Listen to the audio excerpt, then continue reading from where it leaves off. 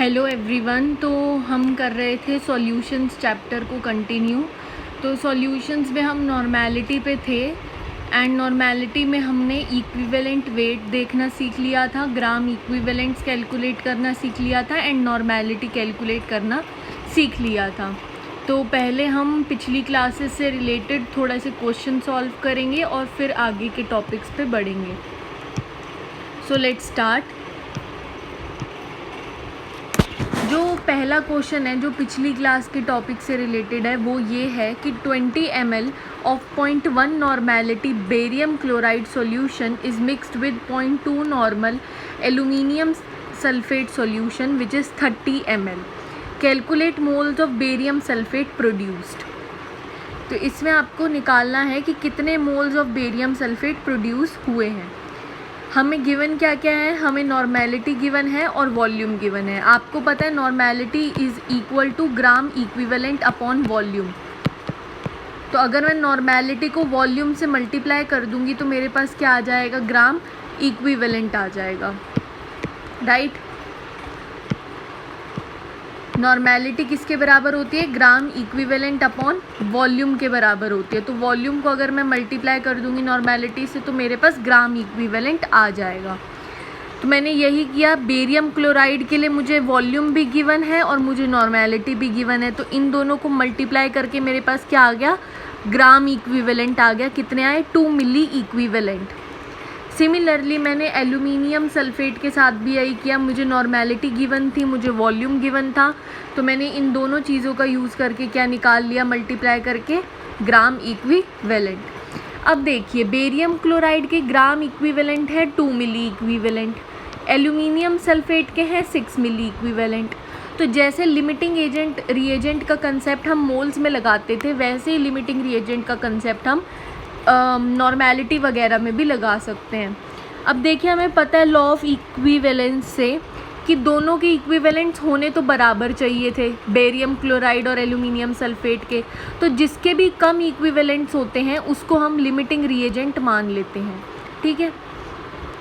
अब आपको पता है कि अगर इसके 2 इक्विवेलेंट्स हैं और इसके 6 इक्विवेलेंट है तो इसके 6 इक्विवेलेंट में से रिएक्ट कितने इक्विवेलेंट करेंगे, सिर्फ 2 इक्विवेलेंट रिएक्ट करे होंगे, बाकी 4 इक्विवेलेंट रह गए होंगे बीकर में ही, ठीक है।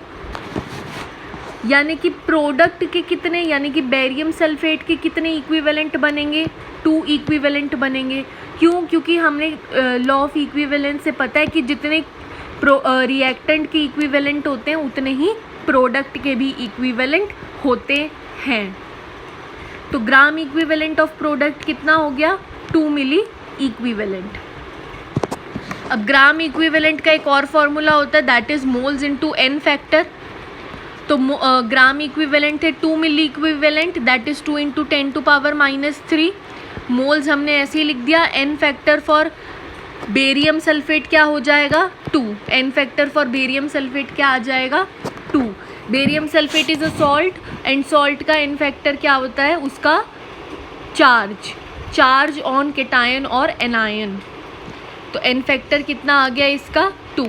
तो मोल्स कितने आ जाएंगे आपके पास, 0.001 मोल्स। आई होप ये क्वेश्चन सबको समझ आया, नहीं आया तो कमेंट्स में बताइए, मैं दोबारा एक्सप्लेन कर दूंगी। नेक्स्ट क्वेश्चन देखते हैं। Calculate amount of sample of H2SO4 having 70% purity required to react completely with 50 gram of calcium carbonate. Simple सी बात है, 2 रिएक्टेंट्स दे रखे हैं H2SO4 एंड कैल्शियम कार्बोनेट। हमें पता है जब भी ये रिएक्ट करेंगे तो equivalent of H2SO4 will be equal to equivalent of calcium carbonate, right. फिर हमने क्या किया, हमने इक्विवेलेंट का कौन सा फॉर्मूला यूज़ किया, हमने यूज़ किया मोल्स इनटू एन फैक्टर वाला। देखिए हमें CaCO3 के कितने मोल्स गिवन है, 50 ग्राम गिवन है।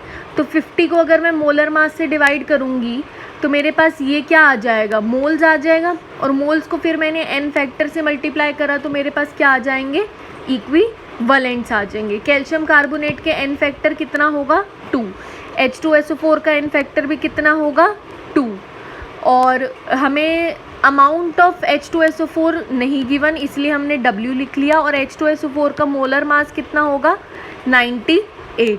तो हम इसको जब कट वगैरह करेंगे तो हमारे पास W कितना आ जाएगा 49 ग्राम आ जाएगा। बट हमें ये याद रखना है कि 70% प्योरिटी भी गिवन है। दैट मीन्स मैं 70% किसका लूँ कि मेरे पास 49 आ जाए, राइट यही होता है प्योरिटी का मतलब कि 70% प्योर है और मेरे पास 49 ग्राम प्योर आया है, तो मैं 70% ऑफ x लूँ तो मेरे पास 49 आ जाए, तो x क्या निकल के आ जाएगा 70 ग्राम। देखिए हमने क्या किया 70/100 of x is equal to 49 ये लिखा है हमने, और इससे हमने फिर x कैलकुलेट किया है। सो आई होप ये क्वेश्चन भी समझ आया होगा। एक और क्वेश्चन है 0.126 gram of an acid require 20 ml of 0.1 normality NaOH for complete neutralisation, find equivalent weight of acid. हमें एसिड का इक्विवेलेंट वेट फाइंड आउट करना है। हमें पता है एसिड जो है वो बेस के साथ रिएक्ट कर रहा है, न्यूट्रलाइजेशन रिएक्शन है, ठीक है। तो equivalent of acid will be equal to equivalent of weight base, sorry.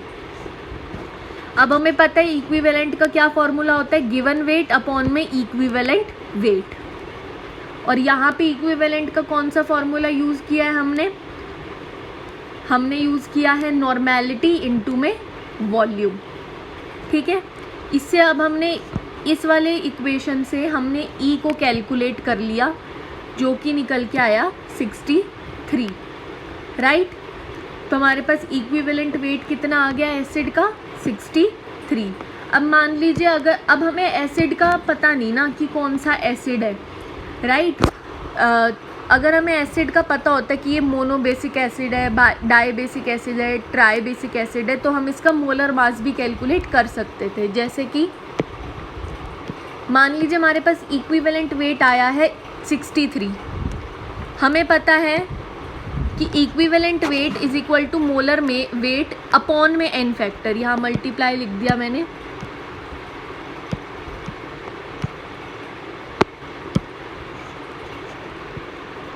Into 1 upon n factor लिख देते हैं।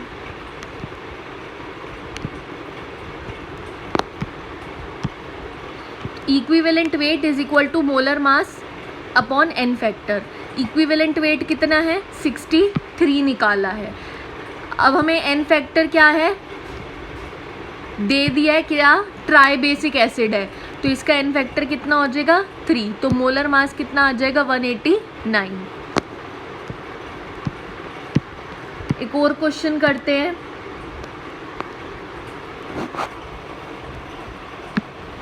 क्वेश्चन है in a metal oxide 32% oxygen is present, calculate equivalent mass of metal. तो 32% oxygen present है, जब भी percent दिया होता है दैट मीन्स पर 100, राइट। हम 100 में से निकाल रहे हैं। मान लीजिए हमें 100 ग्राम मेटल ऑक्साइड दे रखा है, तो उसमें 32 ग्राम ऑक्सीजन है और 68 ग्राम मेटल है। अब हमें equivalent weight of metal find out करना है। हमें पता है कि 1 ग्राम इक्विवेलेंट किसके बराबर होता है, जब हम वेट किसके बराबर ले इक्विवेलेंट वेट के बराबर ले, तब 1 ग्राम इक्विवेलेंट होता है, राइट। आप सिंपल सी चीज़ ये देखिए कि 32 gram oxygen is reacting with 68 gram metal, तो 1 gram oxygen will react with 68/32 gram metal, then 8 gram oxygen will react with 17 gram metal. हमने यहाँ पे 8 ही क्यों लिया, क्योंकि 8 is the equivalent weight of oxygen, right. तो आंसर क्या आ जाएगा हमारे पास 17 ग्राम। अब आपको इसमें ये तो मैंने डायरेक्ट पूछ लिया कि मेटल का इक्विवेलेंट वेट बता दो। अगर आपसे कहे equivalent weight of metal oxide बताओ या equivalent weight of metal chloride बताओ, तो कैसे फाइंड आउट करेंगे। हमारे पास इक्विवेलेंट वेट ऑफ मेटल आ गया और मेटल ऑक्साइड का इक्विवेलेंट वेट क्या होगा 17, यानी कि मेटल का इक्विवेलेंट वेट प्लस ऑक्सीजन का इक्विवेलेंट वेट। मेटल क्लोराइड के लिए देखें तो मेटल का इक्विवेलेंट वेट प्लस क्लोरीन का इक्विवेलेंट वेट, तो इसको हम ऐसे फाइंड आउट कर लेंगे। अब हमें करना है methods of determination of equivalent weight. तो सबसे पहला जो मेथड है वो है hydrogen displacement method, which is applicable for active metals. Active metals वो मेटल्स होते हैं जो हाइड्रोजन से ऊपर होते हैं इन रिएक्टिविटी सीरीज, ठीक है। तो एक्टिव मेटल जो होता है वो डाइल्यूट एसिड के साथ रिएक्ट करके सॉल्ट और हाइड्रोजन गैस को डिस्प्लेस कर देता है। एग्जाम्पल दे रखा है जिंक का, zinc plus dilute H2SO4 gives ZnSO4 plus H2, right. एक minute,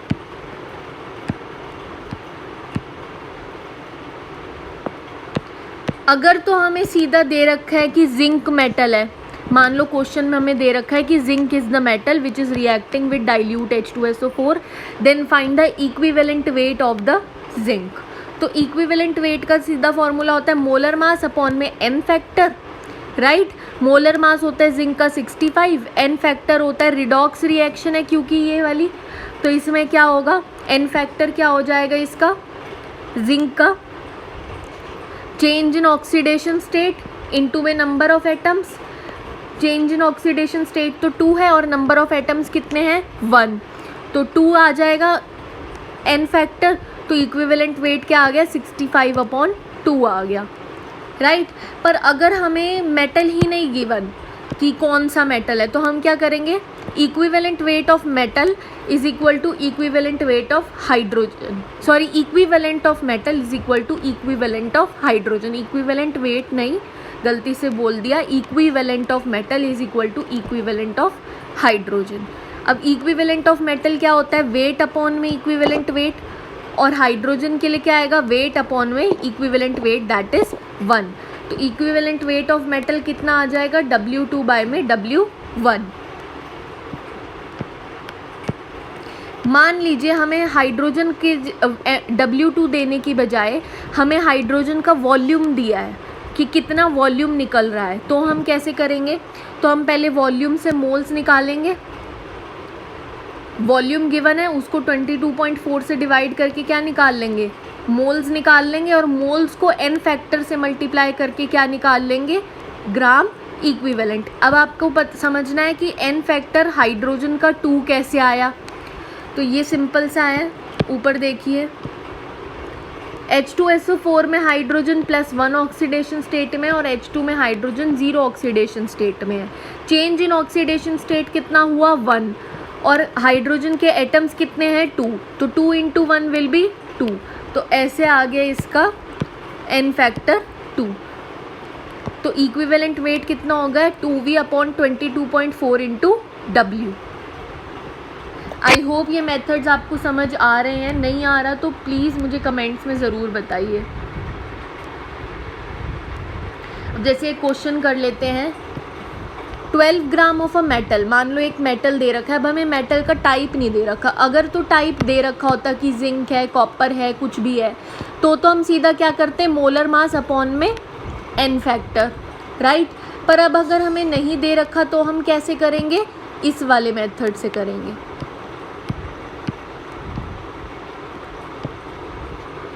12 gram of a metal react with dilute acid to displace 5.6 liter of hydrogen at STP. Calculate equivalent weight of metal.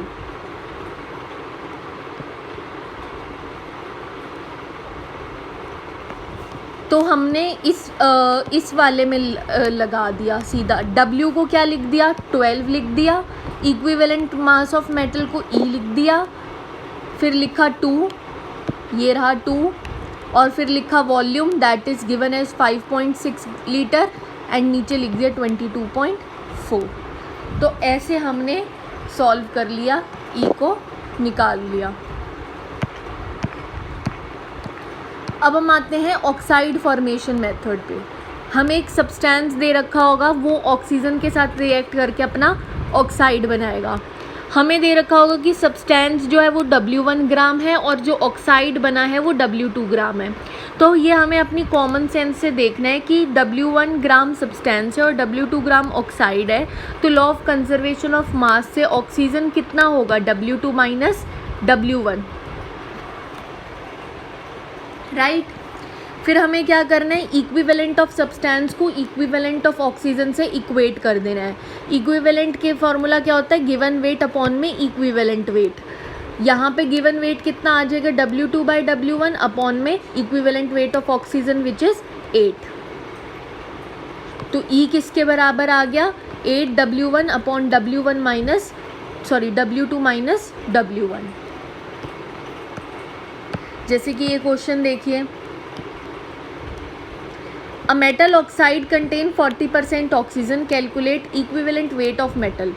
तो metal oxide को हमने मान लिया कि 100 ग्राम है, इसमें 40 ग्राम क्या है ऑक्सीजन और 60 ग्राम क्या है मेटल, राइट। हमने क्या किया, इक्विवेलेंट ऑफ मेटल यानी कि गिवन वेट अपॉन में equivalent weight is equal to equivalent of oxygen, given weight upon में इक्विवेलेंट वेट, जिससे हमारा क्या आ गया, इक्विवेलेंट वेट 12 ग्राम आ गया। हमने क्या किया, equivalent of metal is equal to equivalent of oxygen से इक्वेट कर दिया। अब हम आते हैं क्लोराइड फॉर्मेशन मेथड पे। एलिमेंट जो होता है वो क्लोरीन के साथ रिएक्ट करके क्लोराइड बना लेता है अपना। एलिमेंट है W1 ग्राम, क्लोराइड बना है W2 ग्राम, तो क्लोरीन कितना होगा, W2 माइनस W1 ग्राम। फिर हमने क्या किया, एलिमेंट का equivalent of element is equal to equivalent of chlorine. Equivalent of element को इक्विवेलेंट ऑफ क्लोरीन से क्या कर दिया, इक्वेट कर दिया। इक्विवेलेंट का फॉर्मूला क्या होता है, given weight upon equivalent weight is equal to given weight upon chlorine का इक्विवेलेंट वेट 35.5, जिससे E1 हमारा क्या आ गया, ये आ गया। अब जैसे क्वेश्चन देख लेते हैं एक,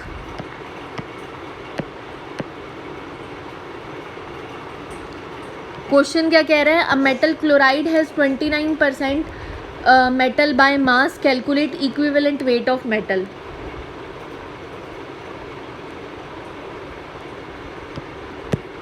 तो देखिए, मान लो 100 ग्राम क्लोराइड है, उसमें 29 ग्राम मेटल है और 71 ग्राम क्लोरीन है, राइट।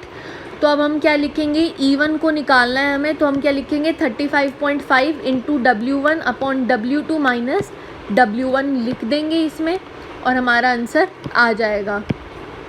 तो ये वाला क्वेश्चन आप खुद ट्राई करिए, होता है तो। नेक्स्ट टाइप पे बढ़ते हैं, that is metal displacement method. अब इसमें क्या होता है, एक मेटल दूसरे मेटल को डिस्प्लेस करता है, जैसे zinc plus CuSO4 give ZnSO4 plus Cu।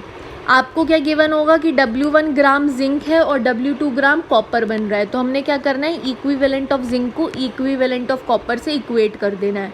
Equivalent का फॉर्मूला होता है given weight upon equivalent weight, और यहाँ आ गया given weight upon equivalent wait. फिर आता है डबल डीकम्पोजिशन मेथड। इसमें क्या होता है, ये एक डबल डिस्प्लेसमेंट मेथड जैसा ही है। AgNO3 plus NaCl gives AgCl plus NaNO3, ठीक है। तो AgNO3 का W1 ग्राम गिवन है और AgCl जो बन रहा है वो W2 ग्राम है। अब आपको पता है equivalent of AgNO3 will be equal to equivalent of AgCl। Equivalent किसके बराबर होता है, गिवन वेट अपॉन में equivalent weight, given weight upon में equivalent weight is equal to gram equivalent, right. अब हमें इक्विवेलेंट वेट लिखना था नीचे, किसका, AgNO3 का, या फिर यहाँ किसका लिखना था, AgCl का। तो इक्विवेलेंट वेट ऑफ AgCl क्या होगा, equivalent weight of Ag which is equal to E and equivalent weight of chloride which is equal to this, ठीक है। अब हमें पता है आयंस के लिए इक्विवेलेंट वेट क्या होता है, मोलर मास अपॉन में चार्ज, अपॉन में चार्ज। तो क्लोराइड का इक्विवेलेंट वेट क्या हो जाएगा 35.5 और नाइट्रेट का क्या हो जाएगा उसके मोलर मास अपॉन में चार्ज क्या है इसके ऊपर 1, तो मोलर मास अपॉन में 1। तो ऐसे हम फाइंड आउट कर लेंगे इस वाली चीज़ का यूज़ करके, किसको, ई को, क्योंकि वेरिएबल सिर्फ क्या बचा, ई ही तो बचा। W1 और W2 हमें क्वेश्चन में गिवन है। NO3 minus negative, NO3 negative और क्लोराइड नेगेटिव हमने फाइंड आउट कर लिया है। बचा क्या, सिर्फ एक ई। तो एक इक्वेशन है, एक ही वेरिएबल है, तो आंसर निकल जाएगा। जैसे क्वेश्चन देखते हैं, दे रखा है 1 ग्राम of metal nitrate on reaction with Na2SO4 give 0.86 gram of metal sulphate, calculate equivalent weight of metal. मान लीजिए मेटल की वैलेंसी है N, तो मेटल नाइट्रेट क्या बनेगा MnO3N। सोडियम सल्फेट के साथ रिएक्ट करता है to form metal sulphate and sodium nitrate. Metal nitrate given है 1 ग्राम और मेटल सल्फेट गिवन है 0.86 ग्राम। तो बिल्कुल हमने इन दोनों को ऊपर वाली इक्वेशन में रखा जो हमने ऊपर पढ़ी, और फिर हमने कैलकुलेट करना है। देखिए नाइट्रेट का एटॉमिक वेट होता है 62, इसको मैं 1 से डिवाइड करूँगी। क्यों, क्योंकि नाइट्रेट पे चार्ज कितना है -1 का है। सल्फेट का एटॉमिक वेट होता है 96, इसको मैं किससे डिवाइड करूँगी 2 से, क्योंकि इस पे चार्ज कितना है 2 का है। ठीक है, तो आंसर क्या आ जाएगा 48। इससे अब ये इक्वेशन बनी हमारी ये वाली, तो इससे आप ई फाइंड आउट कर सकते हैं, बिल्कुल कर सकते हैं। जैसे एक और क्वेश्चन देखते हैं, 1.6 gram of metal dissolve in nitric acid to prepare its nitrate. This nitrate was strongly heated to give 2 gram of metal oxide, calculate the equivalent weight of metal. Question में क्या गिवन है कि एक metal था, उसको हमने nitric acid में dissolve किया टू फॉर्म मेटल नाइट्रेट, फिर उसको हमने हीट किया टू फॉर्म मेटल ऑक्साइड। ठीक है, अब हमने ये एज्यूम किया कि इस मेटल का वैलेंसी कितना है N। ठीक है, हमें गिवन क्या था कि 1.6 ग्राम मेटल जो है वो गिवन है, और वो कितने ग्राम ऑक्साइड बना रहा है, 2 ग्राम ऑक्साइड बना रहा है। मान लीजिए अब मेटल है, मेटल कितना गिवन है 1.6 ग्राम। तो जब मेटल नाइट्रेट बन जाएगा या मेटल से मेटल ऑक्साइड बन जाएगा, तो मेटल तो 1.6 ग्राम ही रहेगा ना। मेटल मान लो मैंने 1.6 ग्राम मेटल लिया और उसका नाइट्रेट बना दिया, तो उसमें मेटल कितना रहेगा 1.6 ग्राम ही रहेगा, राइट। तो यानी कि मेटल ऑक्साइड में भी मेटल कितना है 1.6 ग्राम, और 2 ग्राम माइनस 1.6 ग्राम यानी कि 0.4 ग्राम कितना है ऑक्सीजन है। ठीक है,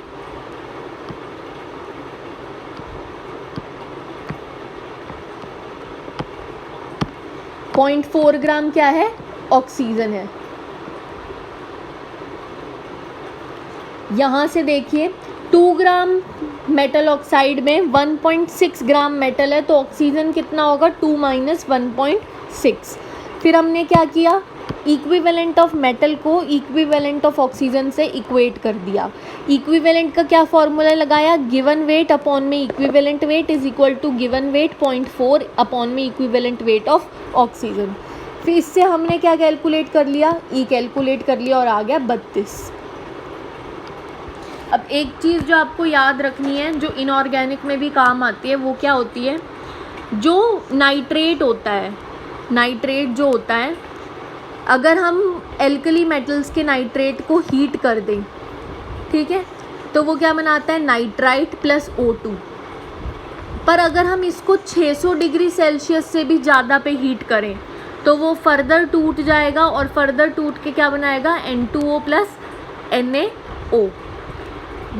वहीं उसी जगह पे अगर हम लेड नाइट्रेट को लें तो लेड नाइट्रेट क्या बनाएगा, lead oxide NO2 and O2। ठीक है, तो ये दो रिएक्शंस इनऑर्गेनिक में भी यूज़ होती हैं। अगर हम NaNO3 को अप टू 600 डिग्री सेल्सियस तक हीट करें तो यहाँ तक बनेगा, ये बन जाएगा। बट अगर हम 600 से ऊपर भी हीट करते हैं तो फिर ये बन जाएगा। अब method of determination of equivalent weight तो हो गया, अब method of determination of atomic weight रहता है। तो मैं पता है atomic weight is equal to equivalent weight upon में इनटू में वैलेंसी, राइट। अब एक और मेथड होता है that is Dulong and Petit law. Dulong and Petit law जो होता है it is applicable for solids except beryllium, boron, silicon and carbon. ये चार जो हैं ये इस लॉ को फॉलो नहीं करते। अब ड्यूलोंग एंड पेटिट लॉ से हमारे पास अप्रॉक्सीमेट एटॉमिक वेट आता है, एग्जैक्ट एटॉमिक वेट नहीं आता।